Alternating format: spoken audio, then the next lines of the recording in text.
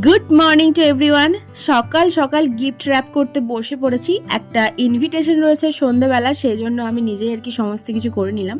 তারপর চলে গেলাম টিউশন পড়াতে, আর ওখান থেকে এসে স্নান টান করে যাচ্ছিলাম আমার ভিক্ষে মায়ের বাড়ি। তো নিমন্ত্রণ ছিল একটু গৃহপ্রবেশ আর স্বামের প্রসাদের। তো বাড়িতে এসে আগে বাড়িটা দেখছিলাম, এত সুন্দর করে করেছে পুরো বাড়িটা, আর অনেক সুন্দর লাগছিল।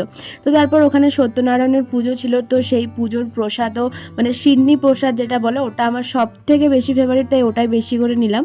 তারপরেই তো খেতে বসিয়ে দিল। তো প্রথমে ছিল শাকের ঘন্ট, ভাজাভুজি, লবণ লেবু তো ছিলই, আর এখানে রয়েছে দেখুন আলু পোস্ত, এঁচড়ের তরকারি, ডাল, তারপর তো মিষ্টি পায়েস, এসবও খেলাম। ওখান থেকে খাওয়া দাওয়া সেরে বেরিয়ে দেখি গোটা রাস্তা জুড়ে এরকম প্যান্ডেল তৈরি হচ্ছে, কারণ আজকে রাত্রে আছে একটা পৈতের অনেক বড় রিসেপশন পার্টি। তো সেই জন্যই আমি গিফট প্যাক করছিলাম আর বাবাকে দিয়ে লিখিয়ে নিলাম।